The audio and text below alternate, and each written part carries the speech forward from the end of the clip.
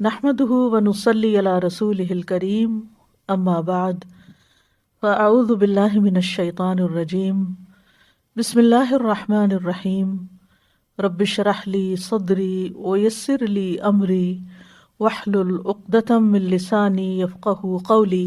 فجر کی فرض رکعت کے بعد کے اذکار، فجر کی فرض رکعت کے بعد کے اذکار، سبحان اللہ 100 بار، لا الہ الا اللہ 100 بار، ٹھیک ہے، 100 دفعہ والے 2 اذکار۔ ابو ہریرہ کہتے ہیں کہ رسول اللہ صلی اللہ علیہ وسلم نے فرمایا جو صبح کی نماز کے بعد 100 دفعہ سبحان اللہ اور 100 دفعہ لا الہ الا اللہ پڑھے اس کے گناہ معاف ہو جائیں گے اگرچہ وہ سمندر کی جھاگ کے برابر ہوں۔ یہ کب پڑھنے؟ فجر کے بعد، نام کے بعد، تشہد کی حالت میں، کسی سے بات کیے بغیر ذکر کرنا، کسی سے بات کیے بغیر ذکر کرنا۔ ابو ذر سے مروی ہے کہ رسول اللہ صلی اللہ علیہ وسلم نے فرمایا جو شخص فجر کی نماز کے بعد نماز میں تشہد میں بیٹھنے کی طرح اپنی ٹانگ کو دوہرا کیے ہوئے ہو اور کسی سے بات کیے بغیر 10 مرتبہ لا الہ الا اللہ وحدہ لا شریک لہ لہ الملک ولہ الحمد یحیی و یمیت وہو علی کل شیء قدیر پڑھے گا، اس کے لیے 10 نیکیاں لکھ دی جائیں گی، اس کے 10 گناہ معاف کر دیے جائیں گے، اس کے 10 درجات بلند کر دیے جائیں گے، اور وہ اس دن ہر برائی سے محفوظ رہے گا اور اسے شیطان کی پہنچ سے دور کر دیا جائے گا، اور اس دن اللہ کے ساتھ شرک کے علاوہ کوئی گناہ اس لائق نہیں کہ اس کو پکڑ میں مبتلا کر دے۔ لا علمی جو ہے، نا علم ہونا جو ہے کتنا نقصان دہ، کتنی دیر لگے گی اس طرح 10 دفعہ پڑھنے میں، لیکن شرط یہ ہے کہ نہ وضو ٹوٹا ہو، نہ آپ اٹھے ہو، نہ بات کی ہو، جدھر بیٹھے ہیں ادھر ہی ٹانگ موڑے ہوئے، یعنی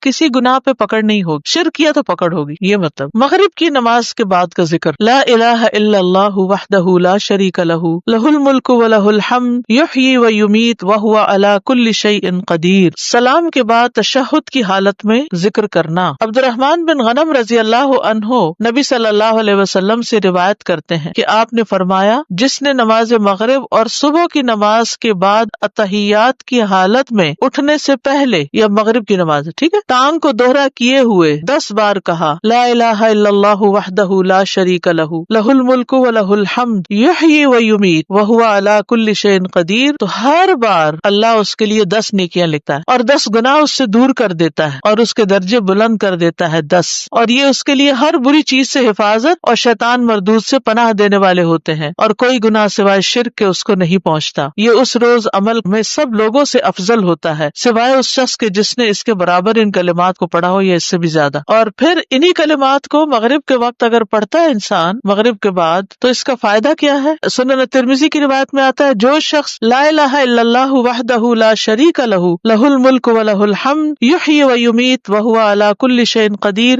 مغرب کے بعد 10 بار پڑھے گا، اللہ اس کی حفاظت کے لیے اسلحہ بردار فرشتے بھیجے گا جو اس کی صبح تک شیطان سے حفاظت کریں گے، صبح تک شیطان سے حفاظت۔ تو آپ سوچئے کہ کتنا بڑا اجر و ثواب اور کتنی بڑی پروٹیکشن ہے، کیونکہ بعض اوقات سارا وقت موڑنا مشکل ہوتا ہے۔ افضل پوزیشن نماز کے بعد اذکار کرنے کی کیا ہے؟ 2 زانوں ہو کے بیٹھنا، لیکن اگر آپ اتنی دیر بیٹھ ہی نہیں سکتے، کچھ لوگوں کی تو ٹانگ مڑتی بھی نہیں ہے گھٹنوں کی تکلیف کی وجہ سے، تو پھر ایسی صورت میں 4 زانوں ہو کے بھی بیٹھ سکتے ہیں۔ اگر نیچے بالکل ہی نہیں بیٹھا جا رہا تو پھر کرسی پہ بیٹھ جائیں، اللہ کو تو پتا ہے کہ آپ کیوں ایسے کر رہے ہیں، صرف ریسٹ کے لیے نہیں بلکہ مجبوری کے تحت، اس میں کنسنٹریشن زیادہ ہوتی ہے۔ نماز میں اتحیات ہمیں ایسے کیوں پڑھنے کے لیے کہا گیا؟ اور کچھ پوزیشن تو بیٹھنا ہی بھی منع ہے۔ کون سی پوزیشن بیٹھنا منع ہے؟ ہاں، ایسے گھٹنے اوپر کر کے، کیونکہ یہ بہت ریلیکسنگ سی پوزیشن ہے نا، اس میں انسان عام طور پر جب بالکل کیئر فری بیٹھنا ہوتا ہے تو اس طرح بیٹھا ہوا ہوتا ہے ریسٹ ریلیکس کرنے کے لیے، لیکن 4 زانوں بھی یہ ہے کہ آرام ہو جاتا ہے بہت، اس طرح بیٹھنے میں ذرا تھوڑی سی ایکٹیو بھی ہوتا ہے، تھوڑی تکلیف بھی ہوتی ہے، پاؤں سو بھی جاتے ہیں۔ اس کے بعد کے اذکار، ایک بار اللہ اکبر کہنا اور اونچی آواز میں۔ ابن عباس کہتے ہیں میں نبی صلی اللہ علیہ وسلم کی نماز کے مکمل ہونے کو تکبیر کی وجہ سے سمجھ جاتا تھا، یعنی سلام پھیرنے کے بعد آپ اللہ اکبر کہتے۔ نمبر 2، 3 بار استغفر اللہ کہنا، میں اللہ سے بخشش مانگتا ہوں۔ صبان کہتے ہیں کہ رسول اللہ صلی اللہ علیہ وسلم جب اپنی نماز سے فارغ ہوتے تھے تو 3 مرتبہ استغفار فرماتے۔ ولید کہتے ہیں کہ میں نے اوزاعی سے پوچھا آپ استغفار کس طرح فرمایا کرتے تھے؟ تو انہوں نے کہا آپ اس طرح فرماتے استغفر اللہ استغفر اللہ استغفر اللہ۔ اس کی کیا حکمت ہے نماز کے بعد استغفار کرنے کی؟ استغفار کا مطلب ہے بخشش مانگنا، یعنی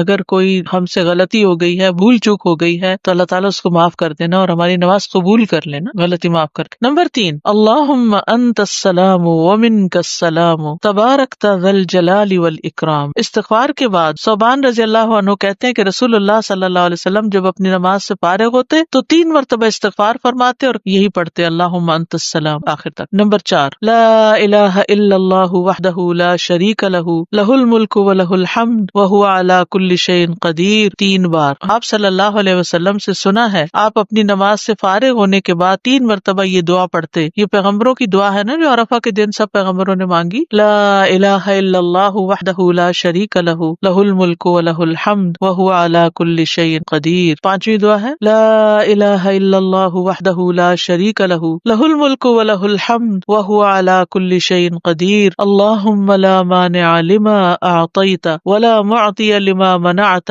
ولا ينفع ذا الجد، ایک روایت میں منک الجد بھی آتا ہے، یہ اگلی روایت ہے ولا ينفع ذا الجد منک الجد۔ 6ٹھی دعا ہے لا الہ الا اللہ وحدہ لا شریک لہ لہ الملک ولہ الحمد یحیی ویمیت وہو حی لا یموت بیدہ الخیر وہو علی کل شیء قدیر۔ یہ دعا اور کس موقع پہ پڑھی جاتی؟ بازار جاتے ہوئے، کئی لاکھ نیکیوں کا ثواب ہے جو بازار میں یہ دعا پڑھ لے۔ اللہم لا مانع لما اعطیت ولا معطی لما منعت ولا ينفع ذا الجد منک الجد۔ ترجمہ دیکھ رہے ہیں نا آپ سامنے، 3 بار پڑھنا، ٹھیک ہے، یعنی لا الہ الا اللہ وحدہ 3 بار اور پھر اللہم لا مانع۔ 7ویں دعا لا الہ الا اللہ وحدہ لا شریک لہ لہ الملک ولہ الحمد وہو علی کل شیء قدیر لا حول ولا قوة الا باللہ لا الہ الا اللہ ولا نعبد الا ایاہ لہ النعمۃ ولہ الفضل ولہ الثناء الحسن لا الہ الا اللہ مخلصین لہ الدین ولو کرہ الکافرون۔ اس میں سے کچھ دعائیں ایاک نستعین، اس کے بعد تسبیحات 33 بار سبحان اللہ، 33 بار الحمدللہ، 33 بار اللہ اکبر، اور 100 پورا کرنے کے لیے لا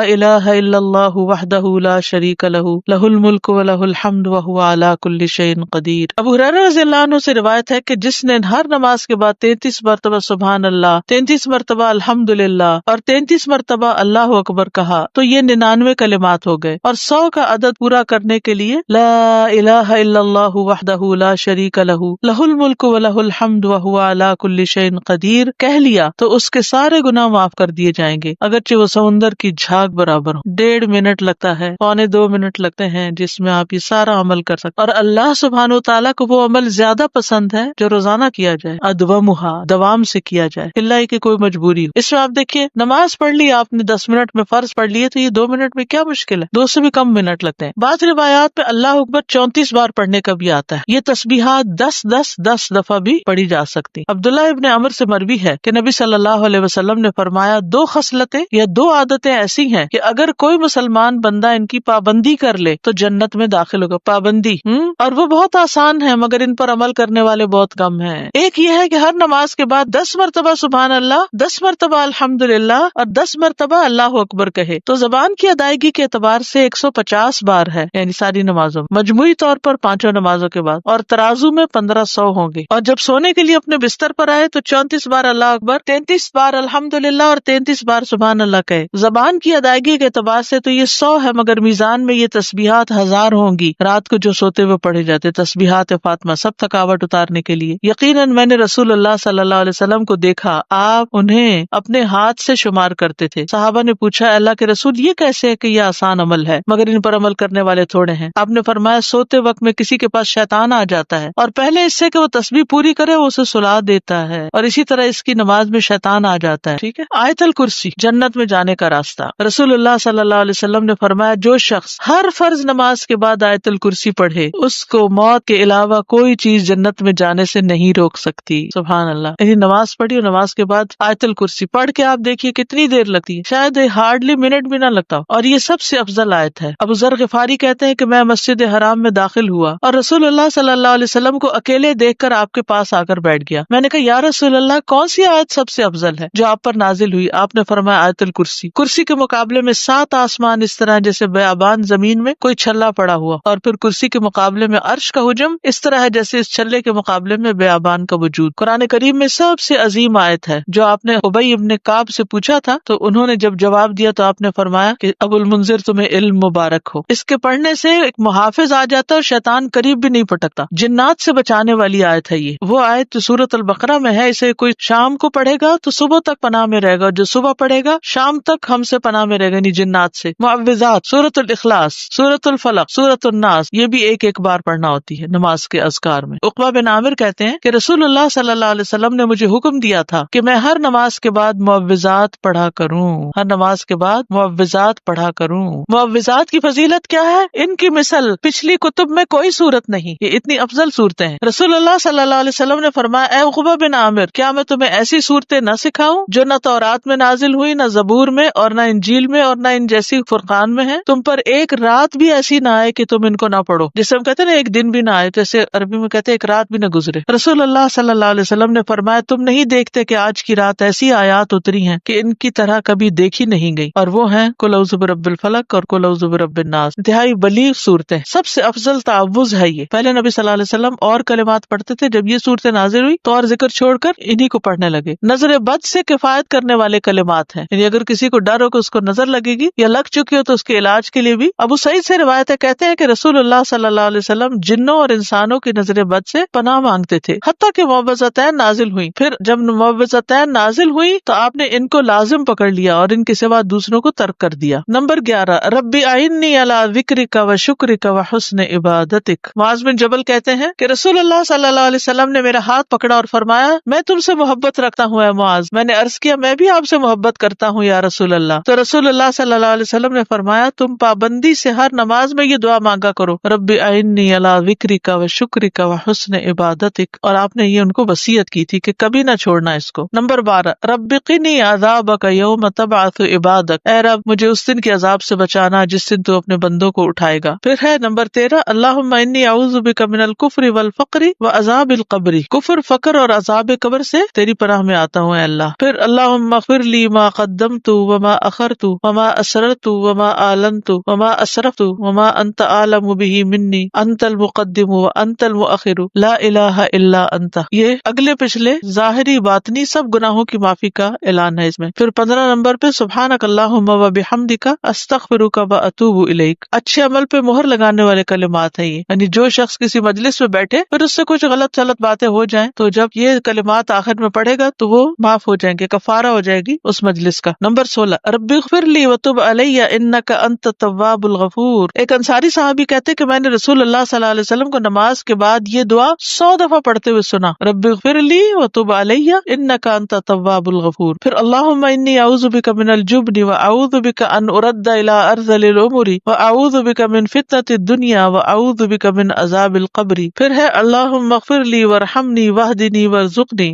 اور عبداللہ بن عباس کہتے ہیں کہ وہ ایک رات رسول اللہ صلی اللہ علیہ وسلم کے ہاں سوئے تو رات کو آپ جاگے، مسواک کی اور وضو فرمایا۔ اس وقت آپ یہ آیت مبارکہ پڑھ رہے تھے، ان فی خلق السماوات والارض واختلاف اللیل والنہار لآیات لأولی الالباب۔ یہ آیات تلاوت فرمائی حتیٰ کہ سورت ختم کی۔ پھر آپ کھڑے ہوئے اور 2 رکعتیں پڑھی۔ یہ کون سی 2 رکعتیں تھی؟ تہجد، اور ان میں بہت طویل قیام اور رکوع اور سجدے کیے۔ پھر واپس پلٹے اور سو گئے، یہاں تک کہ آپ کے سانس کی آواز سنائی دینے لگی۔ پھر آپ نے اس طرح 3 دفعہ کیا، 6 رکعتیں پڑھی۔ ہر دفعہ آپ مسواک کرتے، وضو فرماتے اور ان آیات کی تلاوت فرماتے۔ سبحان اللہ، یعنی کتنی مشقت اٹھاتے تھے آپ۔ پھر آپ نے 3 وتر پڑھے۔ پھر مؤذن نے اذان دی تو آپ نماز کے لیے باہر تشریف لے گئے اور آپ یہ دعا پڑھ رہے تھے، اللہم اجعل فی قلبی نورا وفی لسانی نورا واجعل فی سمعی نورا واجعل فی بصری نورا واجعل من خلفی نورا ومن امامی نورا واجعل من فوقی نورا ومن تحتی نورا اللہم آتنی نورا۔ اب تہجد پڑھنے کا ایک اور طریقہ معلوم ہو گیا، کیونکہ سوال تھا نا کہ 8 رکعتیں اکٹھی پڑھی جا رہی ہیں اور پھر ایک اور پڑھی جا رہی ہے ایک ہی سلام سے ساری، تو اسی طرح یہ طریقہ بھی ہے کہ رسول اللہ صلی اللہ علیہ وسلم نے فرمایا، جس نے صبح کی نماز پڑھی وہ شام تک اللہ کے ذمے میں ہے۔ پھر اسی طرح ایسا شخص فرشتوں کی دعائیں پاتا ہے۔ رسول اللہ صلی اللہ علیہ وسلم نے فرمایا، جب کوئی شخص نماز کے بعد اپنی جائے نماز پر بیٹھا رہتا ہے تو فرشتے اس پر صلاۃ پڑھتے رہتے ہیں، اور فرشتوں کی صلاۃ کیا ہے؟ اللہم اغفر لہ، اللہم ارحمہ، اے اللہ تو اسے بخش دے، اے اللہ تو اس پر رحم فرما۔ تو اس سے یہ بھی پتہ چلتا ہے کہ نماز کا سلام پھیرتے نہیں اٹھ جانا چاہیے، بلکہ اپنی جگہ پر بیٹھ کر دعا کرنی چاہیے، ذکر کرنا چاہیے۔ اور خاص طور پر اگر ایک نماز کے بعد دوسری نماز کا انتظار کرنا پڑے تو اس سارے وقت میں، اس سارے عرصے میں ایسا شخص فرشتوں کی دعائیں لیتا رہتا ہے۔ پھر اسی طرح یہ ہے کہ نماز سے انسان کے گناہ جھڑتے ہیں، اس کے بوجھ ہلکے ہوتے ہیں، اور پھر انسان کو پاک کرنے کا ذریعہ بنتی ہے۔ رسول اللہ صلی اللہ علیہ وسلم نے فرمایا، جب بندہ وضو کرتا ہے اور کامل وضو کر کے نماز شروع کرتا ہے، اور کامل یعنی مکمل نماز پڑھتا ہے، تو اپنی جگہ سے ایسے نکلتا ہے جیسے ماں کے پیٹ سے وہ اپنے تمام گناہوں سے پاک ہو چکا ہوتا ہے۔ ویسے بھی آپ صلی اللہ علیہ وسلم نے ایک مشہور اگزامپل میں یہ سمجھایا کہ کیا تم میں سے کسی شخص کے دروازے پر اگر نہر ہو اور وہ دن میں 5 مرتبہ اس میں نہائے تو اس کے جسم پر کوئی میل کچیل باقی رہے گا؟ لوگوں نے عرض کیا کہ ہرگز نہیں۔ تو آپ نے فرمایا جو شخص 5 نمازیں پڑھتا ہے تو اس پر بھی کسی قسم کے گناہ باقی نہیں رہتے۔ آپ نے ایک اور جگہ پر یہ بھی فرمایا کہ مسلمان بندہ جب اللہ کی رضا حاصل کرنے کے لیے نماز پڑھتا ہے تو اس کے گناہ اسی طرح جھڑ جاتے ہیں جیسے اس درخت کے یہ پتے جھڑتے ہیں، یعنی جو خزاں کے موسم میں درختوں سے پتے جھڑتے ہیں تو کچھ بھی باقی نہیں رہتا۔ اسی طرح نماز کے ساتھ سارے گناہ ایسے صاف ہوتے ہیں کہ کچھ بھی اس کے اوپر بوجھ باقی نہیں رہتا۔ پھر اسی طرح انسان کی برائیاں دور ہو جاتی ہیں، بری عادات دور ہوتی ہیں، دنیا اور آخرت میں انسان کو نور نصیب ہوتا ہے، کیونکہ نبی صلی اللہ علیہ وسلم نے فرمایا کہ الصلاۃ نور، نماز نور ہے، انسان اس سے راحت اور سکون پاتا ہے۔ نبی صلی اللہ علیہ وسلم جب پریشان ہوتے تو حضرت بلال کو کہتے کہ یا بلال نماز قائم کرو، یعنی اذان دو اور مجھے راحت پہنچاؤ۔ آپ نے اسے اپنی آنکھوں کی ٹھنڈک قرار دیا۔ پھر اسی طرح قرآن مجید سے یہ بھی پتہ چلتا ہے کہ نماز انسان کو برائیوں اور بے حیائیوں سے بھی روکتی ہے۔ اللہ تعالیٰ فرماتے ہیں ان الصلاۃ تنہی عن الفحشاء والمنکر، کہ نماز انسان کو بے حیائی اور برائی سے روکتی ہے۔ وَلَذِكْرُ اللَّهِ اکبر، اور اللہ کا ذکر یقیناً سب سے بڑا ہے۔ وَاللَّهُ يَعْلَمُ مَا تَصْنَعُونَ، اور اللہ خوب جانتا ہے جو تم کرتے ہو، یعنی جو بھی تمہارے اعمال ہیں ان سے خوب واقف ہے۔ پھر اسی طرح یہ ہے کہ انسان سے برے اخلاق اور بری صفات جو ہیں وہ ختم ہوتی چلی جاتی ہیں، کیونکہ اللہ تعالیٰ کا وعدہ ہے کہ جو شخص اپنی نماز میں پابندی کرے گا وہ ان چیزوں سے بچے گا۔ ان الانسان خلق ہلوعا اذا مسہ الشر جزوعا واذا مسہ الخیر منوعا الا المصلین الذین هم علی صلاتهم دائمون۔ بلا شبہ انسان تھڑ دلا بنایا گیا ہے، جب اسے کوئی تکلیف پہنچتی ہے تو گھبرا اٹھتا ہے، جب اسے مال ملتا ہے تو بخیل بن جاتا ہے، سوائے نماز ادا کرنے والوں کے جو اپنی نماز پر ہمیشگی اختیار کرتے ہیں، یعنی ایسے لوگ پھر ان برائیوں سے بچ جاتے ہیں۔ پھر اسی طرح روزمرہ زندگی میں پیش آنے والے جو فتنے ہیں ان کا کفارہ بھی نماز بنتی ہے۔ پھر اسی طرح قیامت کے دن برہان اور نجات کا ذریعہ بنے گی نماز، اور جو شخص نمازیں ضائع نہ کرے اس سے جنت کا وعدہ کیا گیا ہے۔ رسول اللہ صلی اللہ علیہ وسلم نے فرمایا اللہ نے اپنے بندوں پر 5 نمازیں فرض کر دی ہیں، جو شخص انہیں اس طرح ادا کرے کہ ان میں سے کسی چیز کو ضائع نہ کرے اور نہ ان کا حق معمولی سمجھے تو اللہ تعالیٰ کا وعدہ ہے کہ اسے جنت میں داخل کرے گا، اور جو انہیں اس طرح ادا نہ کرے تو اس سے اللہ تعالیٰ کا کوئی وعدہ نہیں، چاہے تو سزا دے چاہے تو معاف کر دے۔ اس لیے نماز کے سلسلے میں یہ بات بھی یاد رہے کہ انسان نماز کو صحیح طریقے پر ادا کرے، یعنی پورے آداب، شرائط اور سنن واجبات کی پابندی کرتے ہوئے۔ اور اگر انسان نماز کی طرف راغب نہیں ہوتا تو اس سے انسان کا بہت بڑا نقصان ہو جاتا ہے۔ اللہ سبحانہ و تعالیٰ قرآن مجید میں فرماتے ہیں وَأَقِيمُوا الصَّلَاةَ وَلَا تَكُونُوا مِنَ الْمُشْرِكِينَ، نماز قائم کرو اور مشرکین میں سے نہ ہو جاؤ۔ یعنی نماز جو ہے وہ انسان کی توحید کی علامت ہے، انسان کے ایمان کی گواہی ہے۔ نبی صلی اللہ علیہ وسلم نے فرمایا انسان اور اس کے کفر اور شرک کے درمیان فرق نماز سے ہوتا ہے، یعنی نماز کا چھوڑنا جو ہے وہ اس فرق کو ختم کر دیتا ہے۔ پھر اسی طرح منافقین جو تھے ان پر نماز بہت بھاری تھی، تو یہ نفاق کی علامتوں میں سے ہے کہ انسان نمازوں میں سستی کرے۔ قرآن مجید میں آتا ہے وَلَا يَأْتُونَ الصَّلَاةَ إِلَّا وَهُمْ كُسَالَىٰ، کہ وہ نماز نہیں پڑھتے مگر سستی کے مارے، یعنی بہت بوجھل سمجھ کے اور بہت مصیبت سمجھ کر اس کو ادا کرتے ہیں، شوق سے نماز کی طرف نہیں آتے۔ پھر آپ نے یہ بھی فرمایا کہ جس نے نماز ترک کر دی، چھوڑ دی، اس کا کوئی دین نہیں، یعنی یہ دیندار ہونے کی علامت ہے۔ پھر اسی طرح آپ نے فرمایا کہ اس شخص کا کوئی ایمان نہیں جس نے نماز ادا نہیں کی۔ پھر اسی طرح یہ ہے کہ ایسے شخص سے اللہ تعالیٰ کی ذمہ داری ختم ہو جاتی ہے، یعنی حفاظت ختم ہو جاتی ہے۔ اور ایک نماز کا چھوڑنا بھی بہت بڑا نقصان ہے، آپ نے فرمایا جس کی عصر کی نماز فوت ہو گئی گویا اس کا مال اور اولاد فنا ہو گیا. یعنی اتنے بڑے بڑے نقصان انسان کرتا ہے جب نماز چھوڑتا ہے. پھر اسی طرح بے نمازی انسان کے لیے موت کی سختیوں کا بھی ذکر ہے.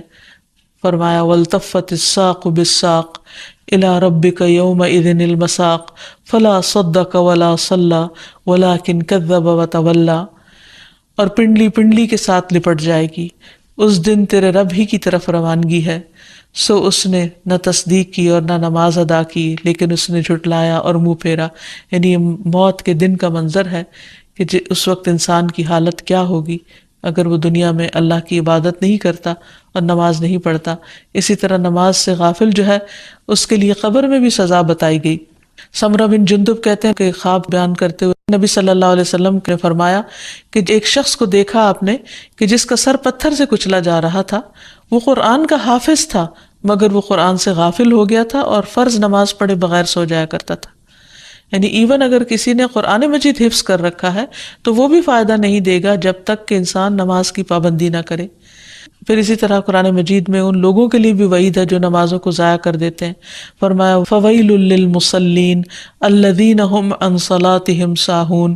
پھر ایسے نمازیوں کے لیے ہلاکت ہے جو اپنی نماز سے غافل رہتے ہیں. اس آیت کی تفسیر میں مصعب بن سعد کہتے ہیں کہ میں نے اپنے والد سے کہا ابا جان اللہ تبارک و تعالیٰ کا یہ فرمان ہے کہ الذین هم عن صلاتهم ساہون، تو ہم میں سے کون ہے جو نماز نہیں بھولتا اور کس کے دل میں خیالات نہیں گزرتے؟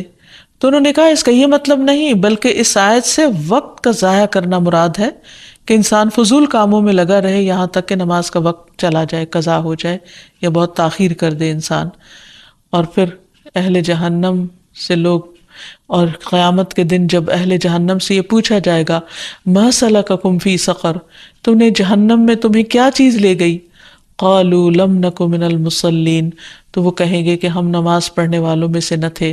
ولم نک نطعم المسکین، اور ہم مسکین کو کھانا نہیں کھلاتے تھے. وکنا نخوض مع الخائضین، اور ہم بحثیں کرنے والوں کے ساتھ مل کر بحثیں کیا کرتے تھے. دین کو ہم نے صرف بحث مباحثے کی چیز بنا رکھا تھا، عمل کی نہیں، ایمان کی نہیں. تو اس لیے بہت ضروری ہے کہ انسان نمازوں کی پابندی کرے اور درست طریقے پر ان کو پڑھے. لیکن اگر کسی وجہ سے غفلت ہو رہی ہو یا انسان کا دل نہ چاہتا ہو یا اس کے لیے بوجھل ہو رہی ہو تو انسان اللہ تعالیٰ سے دعا مانگے کہ اللہ تعالیٰ مجھے خشوع و خضوع والی نماز نصیب فرما، کیونکہ اللہ تعالیٰ کا وعدہ ہے قد افلح المؤمنون الذین هم فی صلاتهم خاشعون، یقیناً فلاح پا گئے وہ مومن جو اپنی نمازوں میں خشوع اختیار کرتے ہیں. اور پھر یہ دعا بھی پڑھتا رہے رب اجعلنی مقیم الصلاۃ ومن ذریتی ربنا وتقبل دعا. اے میرے رب مجھے بھی اور میری اولاد کو بھی نماز قائم رکھنے والا بنا، اے پروردگار میری یہ دعا قبول فرما لے. پھر اسی طرح یہ ہے کہ انسان فرض نماز کے بعد خصوصی طور پر دعا کرے کیونکہ وہ دعا کی قبولیت کا وقت ہوتا ہے. پھر ہر نماز کے بعد تسبیحات فاطمہ پڑھے، 33 بار سبحان اللہ، 33 بار الحمدللہ اور 34 بار اللہ اکبر. پھر معوذات یعنی سورۃ الاخلاص، سورۃ الفلق، سورۃ الناس پڑھے. پھر آیت الکرسی پڑھے. پھر نبی صلی اللہ علیہ وسلم کی سکھائی ہوئی دعائیں اللہم انت السلام ومنک السلام تبارکت یا ذا الجلال والاکرام. اے اللہ تو سراپا سلامتی ہے، تجھی سے سلامتی حاصل ہوتی ہے، تو بڑی برکتوں والا ہے اے جلال اور اکرام والے. پھر اس کے بعد رب اعنی علی ذکرک و شکرک و حسن عبادتک، اے میرے رب اپنا ذکر کرنے، شکر کرنے اور بہترین انداز میں اپنی عبادت کرنے میں میری مدد فرما. پھر اللہم اغفر لی ما قدمت وما اخرت وما اسررت وما اعلنت وما اسرفت وما انت اعلم به منی انت المقدم وانت المؤخر لا الہ الا انت. اے اللہ میرے سب گناہ اور میری سب خطائیں معاف کر دے، جو میں پہلے کر چکا اور جو میں نے بعد میں کی، جو چھپے ہوئے کی اور جو ظاہر میں کی، جو میں حد سے بڑھا رہا اور جن کے بارے میں تو مجھ سے زیادہ باخبر ہے. تو ہی نیکی اور خیر میں آگے کرنے والا اور پیچھے کرنے والا ہے، تیرے سوا کوئی معبود نہیں. پھر اسی طرح لا الہ الا اللہ وحدہ لا شریک لہ لہ الملک و لہ الحمد وہو علی کل شیء قدیر. اللہم لا مانع لما اعطیت ولا معطی لما منعت ولا ينفع ذا الجد منک الجد۔ اللہ کے سوا کوئی معبود نہیں، وہ تنہا ہے، اس کا کوئی شریک نہیں، بادشاہت اسی کے لیے ہے اور اسی کے لیے تمام تعریفیں ہیں، اور وہ ہر چیز پر قدرت رکھنے والا ہے۔ اے اللہ، جو کچھ تو نے دیا ہے اسے کوئی روکنے والا نہیں، اور جو کچھ تو نے روک دیا اسے کوئی دینے والا نہیں، اور کسی مالدار اور نصیب ور کو تیری بارگاہ میں اس کا مال فائدہ نہیں پہنچا سکتا۔ پھر ایک اور دعا ہے جو نبی صلی اللہ علیہ وسلم نماز کے بعد پڑھا کرتے تھے، ہمیں بھی اس کی پابندی کرنی چاہیے۔ اللہم انی اعوذ بک من عذاب القبر، اللہم انی اعوذ بک من عذاب النار، اللہم انی اعوذ بک من الفتن ما ظہر منها وما بطن، اللہم انی اعوذ بک من فتنة الاعور الکذاب۔ اے اللہ، میں عذاب قبر سے تیری پناہ میں آتا ہوں، اے اللہ میں عذاب جہنم سے تیری پناہ میں آتا ہوں، اے اللہ میں ظاہری اور باطنی فتنوں سے تیری پناہ میں آتا ہوں، اور اے اللہ میں اس کان دجال کے فتنے سے تیری پناہ میں آتا ہوں جو بہت بڑا کذاب ہوگا۔ تو دعا ہے کہ اللہ سبحانہ وتعالی ہمیں نماز کی حکمتوں اور فائدوں کو سمجھنے کی توفیق دے، نماز کی پابندی کی توفیق عطا فرمائے، اور قبولیت والی نمازوں کی توفیق عطا فرمائے جن میں خشوع و خضوع ہو، اللہ کی یاد ہو، اور پھر نماز کے اندر اور نماز کے باہر بہترین اذکار کرنے کی توفیق عطا فرمائے۔ اللہ سبحانہ وتعالی ہم سب پر اپنی رحمت نازل کرے۔ وآخر دعوانا ان الحمد للہ رب العالمین۔ السلام علیکم ورحمۃ اللہ وبرکاتہ۔ ولم أكن بدعائك رب شقيا۔